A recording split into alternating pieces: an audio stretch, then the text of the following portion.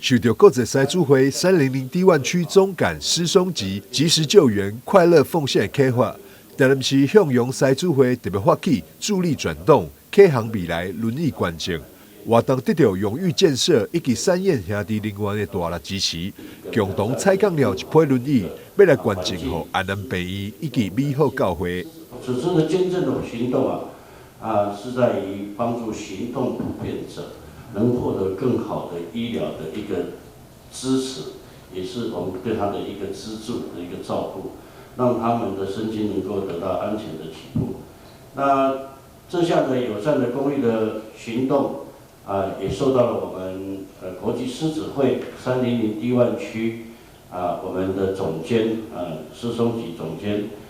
及时的服务，也快乐的这样的一个奉献所启发。我们向阳狮子会这次举办的这个助力转动启航未来的活动，这个谢谢大家今天的请假，我们先给我们自己掌声鼓励，谢谢你们。非常开心，这个是一个小小的助力行动，但是我们希望我们能够共同在这个社会，我们贡献我们一点点小小狮子的力量，让这个社会更好、更美满。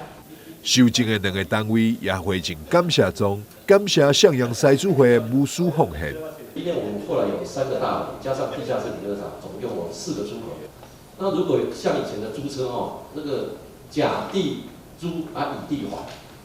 还，也不要押证件，这样当然很方便所以开始就变成轮椅不太够，因为会有地下室有10几台或这个哪一个门会缺轮椅的亲人这样出来。